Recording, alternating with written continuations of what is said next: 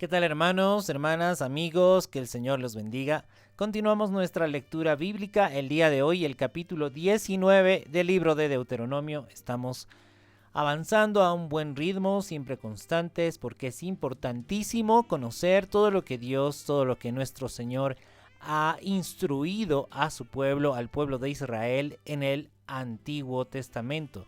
Pues nos vamos a dar cuenta que el carácter del Padre es el mismo carácter del Hijo. Lo que el Hijo oyó hacer al Padre, eso también hace el Hijo. Muy bien, vámonos entonces con el capítulo 19 del libro de Deuteronomio. Este capítulo nos habla respecto a las ciudades de refugio.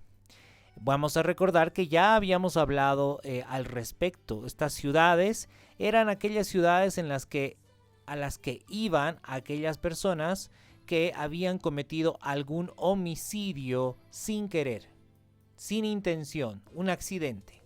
Y eso nos va a explicar con más detalle este capítulo. Nos dice así el verso 1.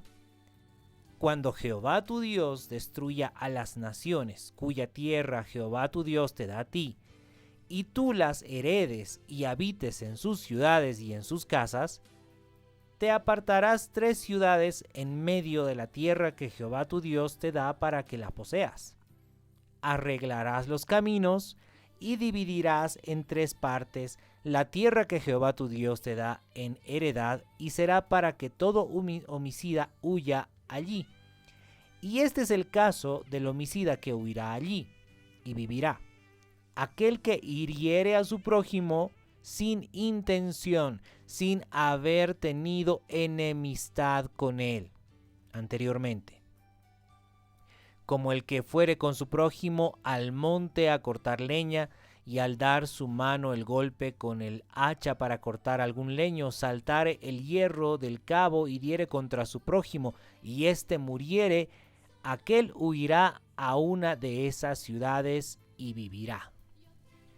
Bueno, entonces estas ciudades de refugio son precisamente para aquellos que por un accidente mataron a otra persona. Por supuesto, es muy importante que ese homicida sin intención, pues no haya tenido enemistad con la víctima. Que se testifique que no había ningún tipo de disputa o de riña o de pelea anteriormente, ¿verdad? Sino que fue un accidente. Y entonces esas personas podían huir a las ciudades de refugio.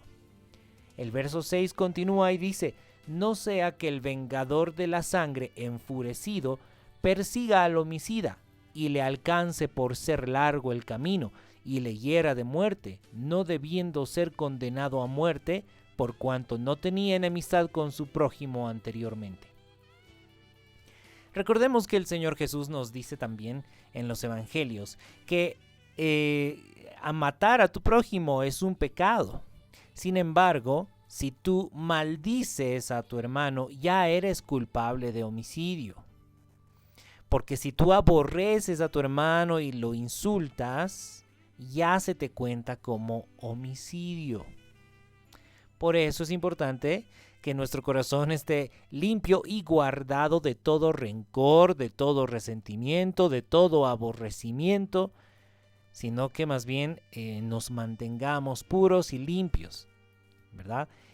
Siempre, hermanos, vayamos al Señor. Si alguien nos hace algún daño, si alguien nos lastima de alguna manera, que el Señor Jesús sea nuestro refugio, que Él sea nuestro consuelo. Y en realidad, cuando el Señor nos consuela, quedamos sanos, completamente sanos, ¿sí? Vamos a recordar lo que el Señor nos dice en Mateo capítulo 5. Vamos a ver, dice el verso 38, y de esto también vamos a hablar en este capítulo 19 más adelante. Dice el Señor Jesús: oísteis que fue dicho ojo por ojo y diente por diente, pero yo os digo, no resistáis al que es malo. Antes, a cualquiera que te hiere en la mejilla derecha, vuélvele también la otra. Y al que quiera ponerte en pleito y quitarte la túnica, déjale también la capa. Y a cualquiera que te obligue a llevar carga por 1 milla, ve con él 2. Al que te pida, dale, y al que quiera tomar de ti prestado, no se lo rehuses. Oísteis que fue dicho, amarás a tu prójimo y aborrecerás a tu enemigo. Pero yo os digo, amad a vuestros enemigos, bendecid a los que os maldicen, haced bien a los que os aborrecen, y orad por los que os ultrajan y os persiguen, para que seáis hijos de vuestro Padre que está en los cielos, que hace salir su sol sobre malos y buenos, y que hace llover sobre justos e injustos. ¿Qué les parece esta palabra? Dice, amen a vuestros enemigos, bendigan a los que los maldicen, hagan bien a los que los aborrecen, oren por los que os ultrajan y os persiguen, para que seáis hijos de vuestro Padre que está en los cielos, que hace salir su sol sobre malos y buenos, ¿verdad? Entonces, ¿realmente queremos ser como nuestro Padre Celestial? Pues debemos también amar a nuestros enemigos, a los que nos aborrecen, a los que nos ultrajan, los que nos persiguen, los que nos vituperan.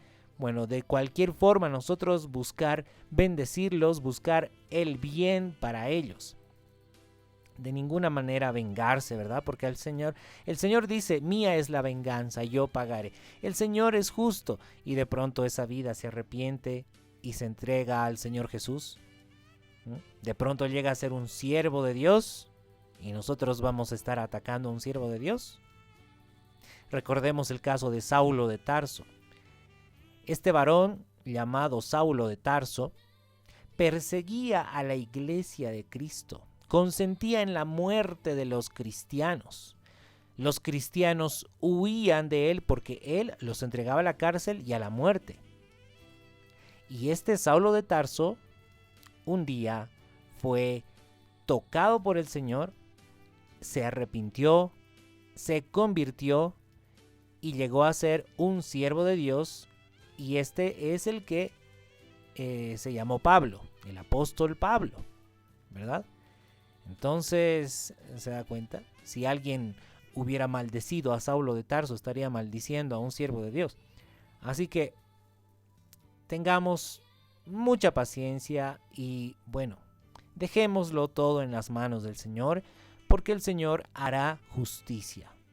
¿Sí? El Señor hará justicia. Principalmente cuando estemos delante de Él, delante del trono de su gloria. Ahí es cuando se descubrirá todo. Quiénes realmente amaban a Dios, quiénes rechazaron a Dios, quiénes aborrecieron la palabra de Cristo, y por supuesto ellos serán avergonzados y condenados. Pero mientras están en esta vida, tienen todos la oportunidad de arrepentirse, de rectificar sus vidas en el temor del Señor y servir a Cristo, reconociendo que Él es el único Rey y Salvador. Bien, entonces tomemos en cuenta estas palabras de Cristo, pero vamos a continuar viendo Deuteronomio 19. Dice, verso 7. Por tanto, yo te mando diciendo, separarás 3 ciudades. Y si Jehová tu Dios ensanchare tu territorio como lo juró a tus padres y te diere toda la tierra que prometió dar a tus padres, siempre y cuando guardares todos estos mandamientos que yo te prescribo hoy para ponerlos por obra, que ames a Jehová tu Dios y andes en sus caminos todos los días, entonces añadirás 3 ciudades más a estas 3. Bueno, aquí es interesante que nos está mostrando una promesa implícita, ¿sí? Les está recordando la promesa que el Señor les había hecho a los israelitas. Les dice, el Señor va a ensanchar tu territorio, te va a dar más tierras. Pero esto siempre y cuando guardares todos estos mandamientos que yo te prescribo hoy para ponerlos por obra. Que ames a Jehová tu Dios y que andes en sus caminos todos los días.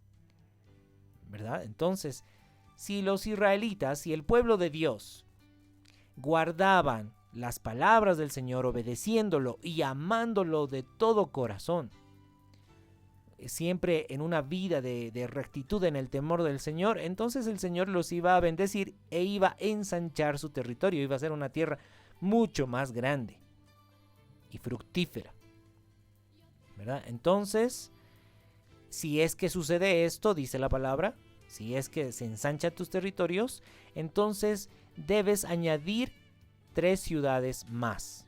En total llegarían a ser como 6 ciudades. Dice, para que no sea derramada sangre inocente en medio de la tierra que Jehová tu Dios te da por heredad, y no seas culpado de derramamiento de sangre. Algo muy importante para el Señor es que no se derrame sangre inocente. ¿Sí? Si era una persona que había cometido un homicidio accidentalmente, era una sangre inocente, es una persona inocente. Entonces el Señor está guardando precisamente a este tipo de personas. Porque, como ya habíamos visto, si alguna persona era asesinada, el pariente de la víctima podía ir y matar al asesino. Entonces, en este caso, tenía que escapar el homicida accidental para que no sea perseguido por algún familiar de la víctima. Dice, verso 11, pero si hubiere alguno que aborreciere a su prójimo, y lo acechare, y se levantara contra él, y lo hiriere de muerte y muriere, si huyere a alguna de estas ciudades, entonces los ancianos de su ciudad enviarán y lo sacarán de allí y lo entregarán en mano del vengador de la sangre para que muera. Algo que también habíamos estado viendo es que el Señor quiere mantener su pueblo limpio y puro. No podía habitar entre medio del pueblo una persona asesina, una persona que aborreciere a su hermano. Entonces, si una persona asesinó con intención a otra persona, las ciudades de refugio no lo salvarían. Dice que los ancianos de su ciudad tendrían que ir y mandarlo a recoger para entregarlo a los familiares de la víctima para que, bueno, pues ellos ejecuten el castigo, ¿no? El ojo por ojo y diente por diente y vida por vida. Y dice el verso 13, no le compadecerás y quitarás de Israel la sangre inocente y te irá bien. No compadecerás. Aquel que aborrece a su hermano, no debes compadecerlo. ¿Qué dice el Señor Jesús al respecto? Cuando hay un hermano que peca contra nosotros, debemos exhortarlo. Vamos a ver qué dice el Señor. Esto está en Mateo capítulo 18. Vámonos al capítulo 18. El Señor Jesús manda y ordena: por tanto, si tu hermano peca contra ti, ve y repréndele estando tú y él solos. Si te oyere, has ganado a tu hermano. Mas si no te oyere, toma aún contigo a 1 o 2, para que en boca de 2 o 3 testigos conste toda palabra. Bueno, entonces si tu hermano peca contra ti, dícese hermano de aquel miembro de la familia de Dios, que si tu hermano peca contra ti, tú debes reprenderle, exhortarle, para que tu hermano rectifique su camino a fin de que no muera por su pecado. Es decir, la intención debe ser siempre con amor, con la intención de restaurar la vida, ¿sí? No con la intención de decir yo tengo la razón, no, sino con el amor de Cristo, de querer realmente restaurar la vida de este hermano que haya estado pecando. Entonces, si no obedeciere, debes llamar a 2 o 3 testigos y exhortarle, reprenderle con el fin de que deje su pecado. Y si no los oyere a ellos, dilo a la iglesia. Si no oyere a la iglesia, ¿qué dice? tenle por gentil y publicano. No dice que siga con ustedes, que siga haciéndose llamar hermano, no. Tenlo por gentil y publicano. Si no quiere sujetarse a la palabra de Dios, no es un verdadero creyente. Ya habíamos visto en 1 Corintios capítulo 5 que el apóstol Pablo también enseña que la iglesia tiene que guardarse pura. Un poco de levadura leuda toda la masa. Siempre, hermanos, siempre, con toda la intención de corazón de restaurar las vidas, no de hundirlas. Exhortarles conforme a la palabra del Señor. Si él ha desobedecido algo de las escrituras, pues hacerle ver, la palabra dice esto y tú hiciste lo contrario. Rectifica tu camino, deja tu pecado. Si esa persona no hiere ni a los testigos ni a toda la iglesia, dice el Señor, tenle por gentil y publicano. Entonces también en este tiempo el Señor quiere que haya pureza en su pueblo. Que se determine además quiénes son realmente de la familia de Cristo. Mire lo que voy a decir. ¿Quiénes son realmente nuestros hermanos? ¿No? ¿Quiénes son realmente nuestros hermanos? A ver, vamos a irnos a Mateo capítulo 12. Nos dice el verso 47. Mientras el Señor Jesús predicaba, le dijo uno: He aquí, tu madre y tus hermanos están afuera y te quieren hablar. Respondiendo el Señor al que le decía esto, dijo: ¿Quién es mi madre y quiénes son mis hermanos? Y extendiendo su mano hacia sus discípulos, dijo: He aquí mi madre y mis hermanos, porque todo aquel que hace la voluntad de mi Padre que está en los cielos, ese es mi hermano y hermana y madre. Entonces, ¿quiénes son realmente los que son nuestra familia en el Señor? Los que hacen la voluntad del Padre. Dice también, a ver, vámonos a otro texto bíblico. Esto también está en Lucas capítulo 8. Lucas capítulo 8, verso 19.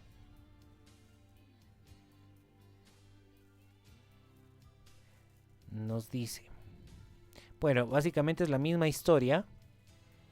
Lo que queremos ver ahora es el verso 21. Dice: el Señor entonces respondiendo les dijo: mi madre y mis hermanos son los que oyen la palabra de Dios y la hacen. Los que oyen la palabra de Dios y la hacen. Si hay alguna persona que no quiere oír la palabra de Dios, o que oyéndola no quiere ponerla en práctica, no podría considerarse un hermano. Porque, hermanos, cuando nosotros entramos a la familia de la fe, le decimos al Señor Jesús: sé el Señor de mi vida, sé el Rey de mi vida, gobierna mi vida. ¿Qué significa eso?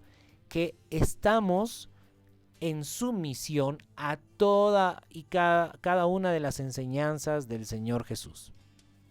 Una persona que se somete a todo lo que manda el Señor Jesús, a todo lo que dice en la palabra de Dios, ese es mi hermano y mi hermana. Ellos son realmente de la familia de Cristo, tal cual como dice la Escritura. Siempre debemos procurar, ¿verdad? Restaurar. Y voy a recalcar eso, siempre procurando restaurar a la persona. Sin embargo, guardando al pueblo de Dios de toda levadura de maldad, de toda levadura de pecado. Recordemos 1 Corintios capítulo 1, versículo 5, en el verso 11 en adelante, usted puede ver que el apóstol Pablo está diciendo: si hay alguno que se hace llamar hermano, sin embargo es un fornicario, o es homicida, o es avaro, o es maldiciente, etc., pues con el tal ni aun comáis, apártenlo de vosotros. ¿Verdad? Sí que está fuerte, sí que es fuerte la palabra. Pero así es como lo dice. Así es como lo dice. siempre guardando la santidad en el temor del Señor. Entonces dice, continuemos el Deuteronomio capítulo 19, verso 14. Dice, en la heredad que poseas en la tierra que Jehová tu Dios te da, no reducirás los límites de la propiedad de tu prójimo que fijaron los antiguos. Es decir, así como se establecieron las tribus, así debe quedar. Dice el verso 15, no se tomará en cuenta a un solo testigo contra ninguno en cualquier delito ni en cualquier pecado, en relación con cualquier ofensa cometida. Solo por el testimonio de 2 o 3 testigos se mantendrá la acusación. Sí, porque puede haber alguna persona que dice, yo le he visto hacer tal cosa, yo le he escuchado decir tal cosa, y solamente es una persona. Dice el Señor, no tomes en cuenta la acusación de una sola persona, tienen que haber 2 o 3 testigos. Y dice el verso 16, cuando se levantare testigo falso contra alguno para testificar contra él, entonces los 2 litigantes se presentarán delante de Jehová y delante de los sacerdotes y de los jueces que hubiere en aquellos días. Y los jueces inquirirán bien, y si aquel testigo resultare falso, y hubiere acusado falsamente a su hermano, entonces haréis a él como él pensó hacer a su hermano, y quitarás el mal de en medio de ti. Está bastante clara la palabra aquí. Si aquel testigo resultare falso, entonces debes hacer con él como él pensó hacer a su hermano. Lo principal aquí, lo que el Señor recalca, es que debes quitar el mal de en medio de ti. ¿Qué tal? ¿Qué les parece estas instrucciones del Señor para su pueblo? Son bastante claras, son bastante contundentes y realmente son muy útiles para conservar la pureza en el pueblo. Dice el verso 20, los que quedaren oirán y temerán y no volverán a hacer más una maldad semejante en medio de ti. Y no le compadecerás, vida por vida, ojo por ojo, diente por diente, mano por mano, pie por pie. Precisamente lo que habíamos mencionado hace un momento, ¿verdad? En cierto sentido, sí, debemos ser estrictos según la palabra que nos muestra que el pueblo debe ser protegido de toda levadura de maldad. Pero recordando que el Señor Jesús nos dice, ama a tus enemigos, ¿verdad? Ama a tus enemigos, bendice a los que te hacen mal. ¿Sí? ¿Verdad? Entonces siempre, hermanos, con ese celo por las cosas del Señor, porque en realidad el templo del Señor en este tiempo no está construido con piedras o ladrillos. El templo verdadero está construido por personas. Por gente consagrada a Cristo, piedras vivas. Y por supuesto el templo debe ser santo, santificado, ¿verdad? Recordemos que cuando veíamos aquel templo físico ahí en Jerusalén y el Señor vio gente que estaba ahí comerciando y robando, hizo un azote de cuerdas, porque el celo por el templo del Señor lo consumía. Pues nosotros también debemos ser así y procurar que realmente no haya levadura de maldad en el templo verdadero del Señor, que es la iglesia. Muy bien, toda esta palabra realmente nos sirve a nosotros para que podamos llevar adelante, ¿verdad?, el ministerio que el Señor nos da, el servicio del Señor, y que haya santidad en su pueblo. Muy bien, hermanos, pues hasta aquí el capítulo 19 del libro de Deuteronomio. Como siempre le digo, espero de todo corazón que haya sido de bendición para su vida y nos encontramos, por supuesto, si el Señor lo permite, en el próximo capítulo. Que el Señor los bendiga.